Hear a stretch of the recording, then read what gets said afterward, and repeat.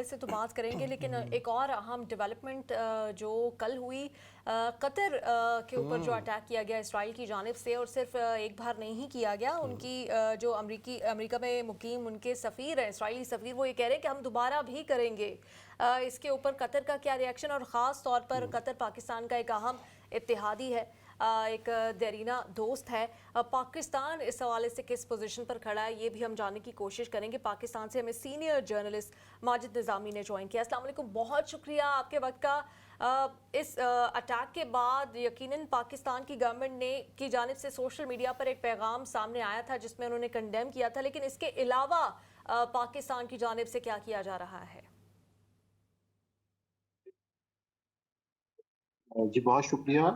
میرا خیال ہے کہ اس وقت معاملات جس محل کے پہنچ چکے ہیں تو تمام اسٹیٹس اپنے رسپانسز کو بہت کیلکولیٹ کر کے عوام تک اور عالمی دنیا تک پہنچا رہی ہیں. اس کی وجہ یہ کہ اس وقت فل اسکیل وار کا جو زمانہ ہے شاید وہ ختم ہو چکا ہے. اس لیے کیلیبریٹڈ اوپینینز اور کیلکولیٹڈ رسپانس جو ہے وہ زیادہ اہمیت اختیار کر گیا. اس لیے پاکستان کی جانب سے بھی اس مسئلے کے اوپر قطر کے ساتھ اظہار یکجہتی کیا گیا. لیکن اس سارے معاملے کے اندر حماس کے ساتھ پاکستان کے مستقبل میں کیا پوزیشننگ ہوگی اس کے اوپر ابھی ریاست کی طرف سے خاموشی ہے. لیکن اس کے ساتھ ساتھ وہ فلسطینی عوام کے حوالے سے، غزہ کے اندر اسرائیل کی جنگی جارحیت کے حوالے سے، وحشیانہ قتل عام کے حوالے سے بڑا واضح موقف رکھتے ہیں. پاکستان اس وقت سماجی طور پر، مالی طور پر، اخلاقی طور پر تو فلسطینیوں کے ساتھ کھڑا ہے، لیکن ایک ببانگ دہل یا اوپن وے کے اندر جو چیزوں کو کنڈیم کرنا ہے یا حماس یا فلسطین کے ساتھ کھڑے ہونا، اس کے اندر بہت سے ifs اینڈ بٹس ابھی تک شامل ہیں.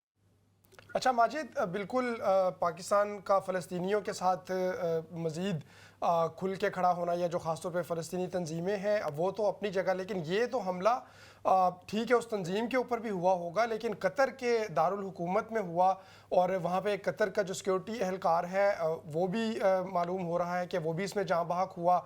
تو آپ اس معاملے کی سنگینی کو کس طرح سے دیکھتے ہیں کہ ٹھیک ہے ہم جانتے ہیں اسرائیل کے جو عزائم ہیں وہ ایران تک حملہ کر سکتا ہے، وہ یمن تک حملہ کر سکتا ہے، وہ اپنے پڑوسی ممالک کے اوپر حملہ کر سکتا ہے، لیکن ایسا ملک جس کے ساتھ اس کی دشمنی نہیں ہے، اس نے کہیں پہ اس کو دشمن ڈکلیئر بھی نہیں کیا، وہاں پہ بھی آ کے اور ایک فضائی حملہ کر دینا، ہم دیکھتے ہیں کہ وہ اپنے ایجنٹس کے ذریعے سے تو دنیا کے کسی بھی ملک میں کوئی کارروائی کرتا ہے اور اپنے لیے اس کو حق سمجھتا ہے، لیکن یہ جو مثال قائم کر دی ہے کہ قطر جیسے ایک نیوٹرل ملک کے اوپر اور جو کوششیں کر رہا تھا ثالثی کی، تو یہ کتنی خطرناک اگزامپل سیٹ کر دی ہے اسرائیل نے؟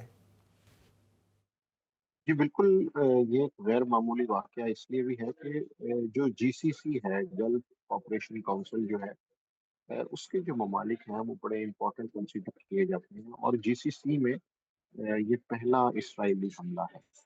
اور ہم اس سے پہلے دیکھ چکے ہیں کہ ریجن میں وہ مختلف ملکوں کے اندر حملے کرتا رہا، لیکن جی سی سی کنٹریز میں اس نے ابھی تک یہ نہیں کیا تھا. تو اس سے یہ پتہ چلتا ہے کہ وہ اسرائیل فلسطین کے معاملے پر کسی بھی کمپرومائز کے لیے تیار نہیں ہے. جب اس چیز کو ہم ایک دوسرے نقطے سے جوڑ کر دیکھتے ہیں وہ یہ ہے کہ ان دنوں میں امریکہ کی جانب سے ایک امن کا پیغام، ایک ثالثی کی جو ڈیل ہے یا مذاکرات کی ایک کوشش کی جا رہی تھی، جس کے حوالے سے حماس اور قطر میں کافی پیش رفت دیکھی جا رہی تھی. اور امریکہ کی جانب سے اس حملے سے کچھ دیر پہلے یہ اعلان بھی کیا گیا تھا کہ کوئی میجر ڈیولپمنٹ اس حوالے سے کوئی بریک تھرو ہو سکتا ہے کہ جس کے اندر فلسطین اسپیشلی غزہ کے حوالے سے کسی کنکلوژن پر یا جنگ بندی کی طرف پہنچا جا سکے گا. لیکن اس کے بعد جب یہ سارا معاملہ ہو گیا تو اس سے ایک چیز تو واضح ہو گئی ہے کہ فی الحال امریکہ میں اس طرح کی کوئی پالیسی زیر بحث نہیں ہے کہ وہ اسرائیل کے مخالف جا سکے. تو یہ چیز تو بڑی واضح ہے کہ اسرائیل نے اس چیز کی بالکل پرواہ نہیں کی کہ وہ انٹرنیشنل لاز کی وائلیشن کر رہا ہے. دوسرا یہ کہ وہ عرب ممالک میں حملے کرتا رہا، لیکن جی سی سی کنٹریز جو پہلی دفعہ اس نے اٹیک کیا ہے، اور اس وجہ سے یہ زیادہ الارمنگ ہے. اور اسرائیل کا بڑا واضح پیغام ہے ان عرب ممالک کے لیے جو اس وقت اپنے آپ کو نیوٹرل سمجھتے ہیں یا بڑا کیلکولیٹڈ رسپانس دے رہے تھے، ان کو یہ بڑا ایک واضح میسج ہے کہ جو بھی اسرائیل کے عزائم ہیں اس کے حوالے سے ڈیفینیٹلی اسرائیل پرسو کرے گا، اور ہر ملک کو اپنی ایک نئی اسٹریٹجی بنانا پڑے گی.